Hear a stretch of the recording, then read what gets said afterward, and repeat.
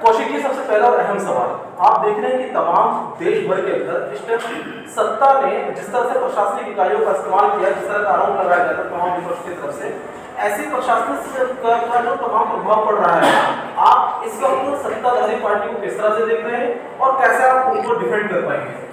देखिए, जहाँ तक की बात है, अभी चुनाव चल रहा है, अभी प्रथम चरण का चुनाव हो रहा है। अभी आपने देखा कि प्रथम चरण में बीजेपी की कितनी किरकिरी हुई है, नेताओं को गिरा गिरा के मारा जा रहा है, गाड़ियाँ फोड़ी जा रही हैं। पूर्व मंत्री अभी संजीव बालियान साहब उनके काफिले में थोड़ा फोड़ा जा रहा है, महेश शर्मा है, जो भी है अभी बीजेपी के, उनके खिलाफ बहुत बड़ा मामला हो रहा है। जहाँ भी जा रहे हैं लोग विरोध कर रहे हैं, प्रतिशोध कर रहे हैं। और ये आने वाला समय अब बीजेपी का समय खत्म होने जा रहा है, अब बहन जी का समय आने वाला है। इस बैल्ट को माना जाता था किसान बैल्ट, यानी कि जयंत चौधरी की बैल्ट माना जाता था। अभी मौजूदा जो वो भाजपा के अंदर जा चुके हैं, जैसे कि आपको पता है। ऐसे में भाजपा के प्रत्याशी यानी एनडीए के प्रत्याशी से कैसे आपका जो है मुकाबला रहेगा, उसके विषय में जरा बताएं, क्योंकि किसान अधिकतर जो है कहीं ना कहीं जयंत चौधरी के साथ ऐसा बताया जाता है। आपने बिल्कुल सही कह रहे हो आप, ये जाट लैंड बोल दी जाती थी। लेकिन अभी आप बता दें कि 2012 में हमने यहाँ से बागपत विधानसभा, करोड़ विधानसभा से जीते थे। थोड़ी वोटों से हम छपरोली हार गए थे, तो वो तो हमने परिसर में दिया था। और जो अभी का चुनाव चल रहा है, इसमें सबसे बड़ी वोट बैंक हमारे पास है।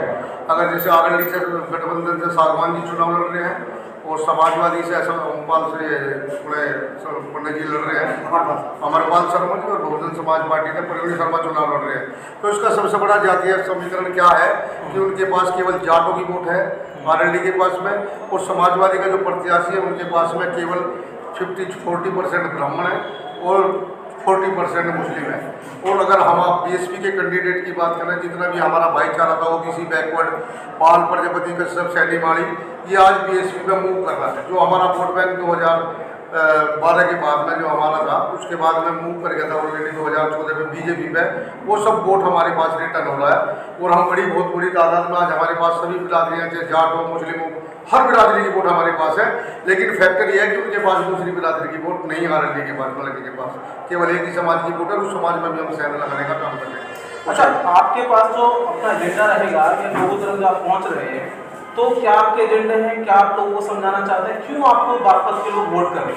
ये एक बड़ा सवाल, ताकि एक एक बागपत के व्यक्ति तक पहुँचे। बिल्कुल बिल्कुल, आज से पहले इतिहास में कभी किसी ने बागपत की सूद नहीं ली।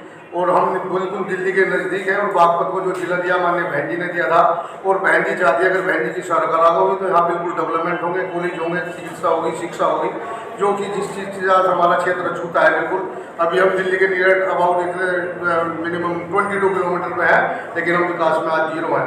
और माननीय बहन जी ने इसको जिला बनाया, तहसील बनाई, और यहाँ की जनता ने भी बहन जी का आभार व्यक्त किया। और उसके उपरांत यहाँ से बीएसपी का कैंडिडेट यहाँ की जनता जिता के भेजी कि बहन जी की जोड़ी में देने का काम करें।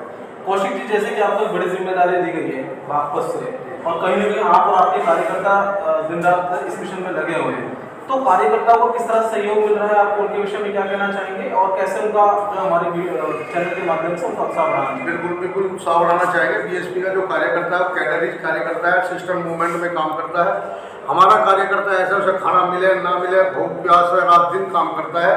और यही बहन जी है जो 4 बार की बहुमत में बहन जी पूर्ण रूप से मुख्यमंत्री बनी है, 4 बार की सरकार बनाई। उसमें सबसे बड़ा योगदान हमारे दलित समाज का, जो हमारे बेसवोट है, और हमारे जो कार्यकर्ता है, वो दिन रात एक होकर मेहनत करते हैं। आने वाली 21 तारीख का क्या आह्वान है आपका?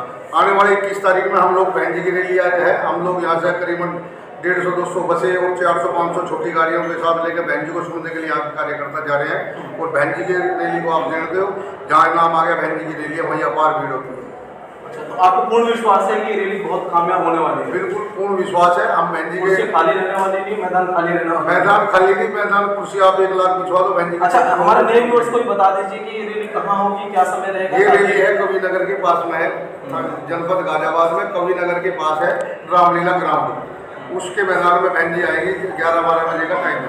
अच्छा, एक आखिरी और अहम सवाल, और कौशिक जी बताइए कि आपने देखा कि 4 बार मुख्यमंत्री रहने के बावजूद 2019 की विधानसभा का जो इलेक्शन हुआ था, जो कि लास्ट विधानसभा इलेक्शन हुए थे, उसमें कहीं भी कोई बढ़त हासिल नहीं हुई। महज एक राजपूत कैंडिडेट जो सिर्फ विधायक बने थे, वो भी बताया जा रहा है कि अपने चेहरे पर बलबूते थे।